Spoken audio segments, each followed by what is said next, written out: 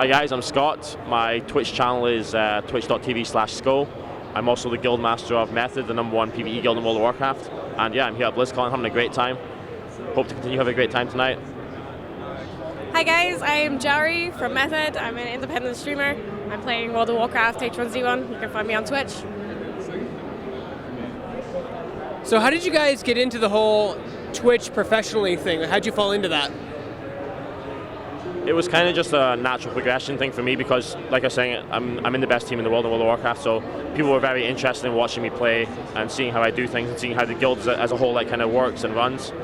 So there was a lot of interest right out there. Instead of just doing videos on YouTube, it kind of just transformed into live streaming. And to be honest, it's brought a whole new breath of fresh air for me into the whole playing the game, because the game obviously is quite old now. It's been out for over 10 years, but it basically brought a breath of fresh air, kept the game interesting again for me, interacting with the community. It's just great like that.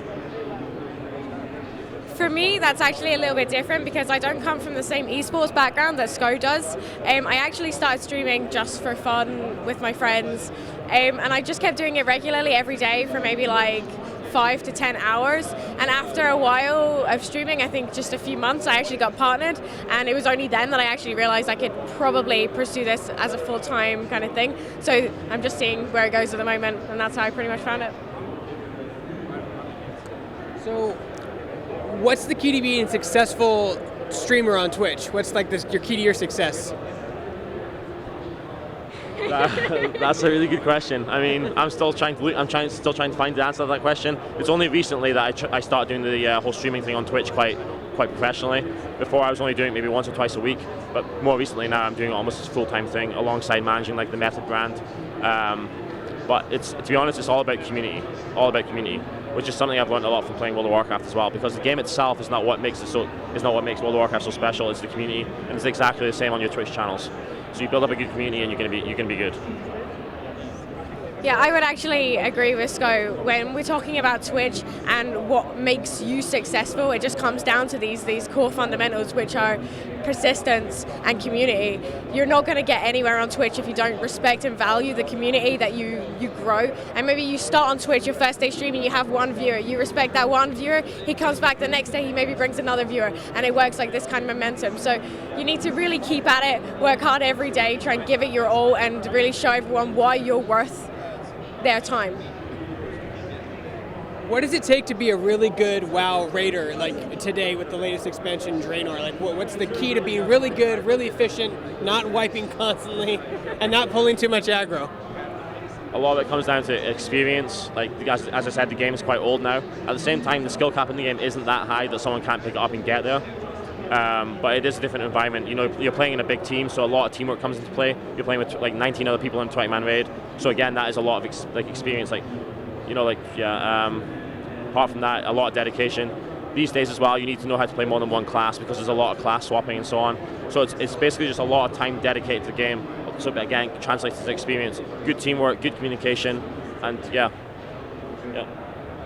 For me, I'm probably not the best person to ask about this because I've been playing the same class for nearly 8 years.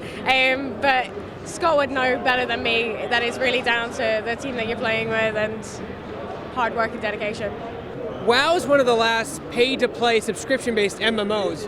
What do you think it is about WoW that's have it withstand the test of time? Like you said, it's over 10 years old.